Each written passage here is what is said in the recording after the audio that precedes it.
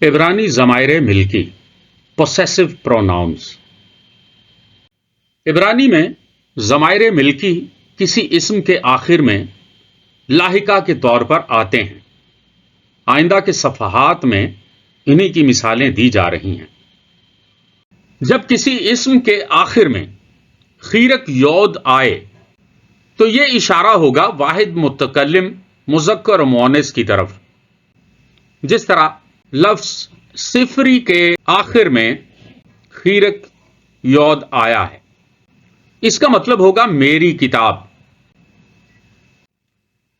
اسی طرح نون اور شورک جب یہ کسی اسم کے آخر میں آئے تو اس کا اشارہ جمع متکلم مذکر مؤنث دونوں کو ظاہر کرے گا، جیسا کہ ہمارا یا ہماری۔ اس کی مثال آگے آپ دیکھ سکتے ہیں، سفرینو یعنی ہماری کتاب۔ اسی طرح کاف کامس جب یہ کسی اسم کے آخر میں آئے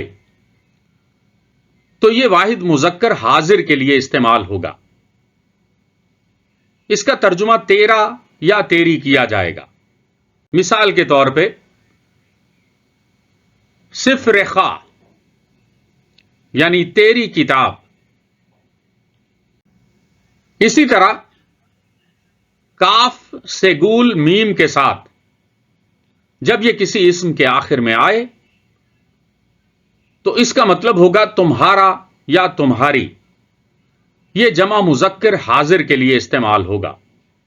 مثال کے طور پہ سفرخم یعنی تمہاری کتاب۔ اسی طرح جب کاف شیوا کے ساتھ ہو تو اس کا مطلب تیرا یا تیری ہوگا، اور یہ واحد مؤنث حاضر کے لیے استعمال ہوگا۔ مثال کے طور پہ سفریخ یعنی تیری کتاب۔ اسی طرح کاف سے گول نون کے ساتھ جب آئے تو اس کا مطلب ہوگا تمہارا یا تمہاری۔ یہ جمع مؤنث حاضر کے لیے استعمال ہوگا۔ مثال کے طور پہ سفرخن یعنی تمہاری کتاب۔ اسی طرح خولم جب کسی اسم کے آخر میں آئے تو اس کا مطلب ہوگا اس کا یا اس کی۔ یہ واحد مذکر غائب کے لیے استعمال ہوگا، اور اس کی مثال ہے سفرو یعنی اس کی کتاب۔ اسی طرح کامس میم جب کسی اسم کے آخر میں آئے تو اس کا مطلب ہوگا ان کا یا ان کی۔ یہ جمع مذکر غائب کے لیے استعمال ہوگا، اور اس کی مثال یہ ہے سفرام یعنی ان کی کتاب۔ اسی طرح کامس اور ہے داغیش ملائم جب کسی اسم کے آخر میں آئیں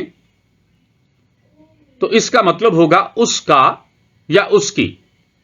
یہ واحد مؤنث غائب کے لیے استعمال ہوگا، اور اس کی مثال ہے سفراہ یعنی اس کی کتاب۔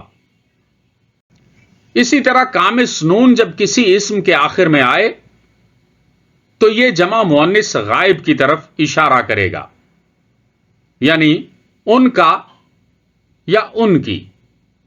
اس کی مثال یہ ہے سفران یعنی ان کی کتاب۔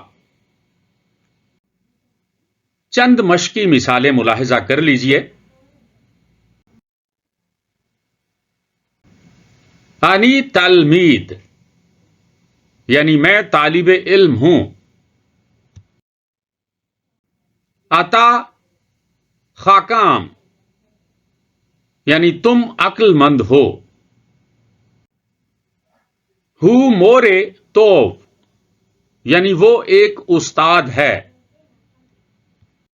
زے سفر توف یہ ایک اچھی کتاب ہے۔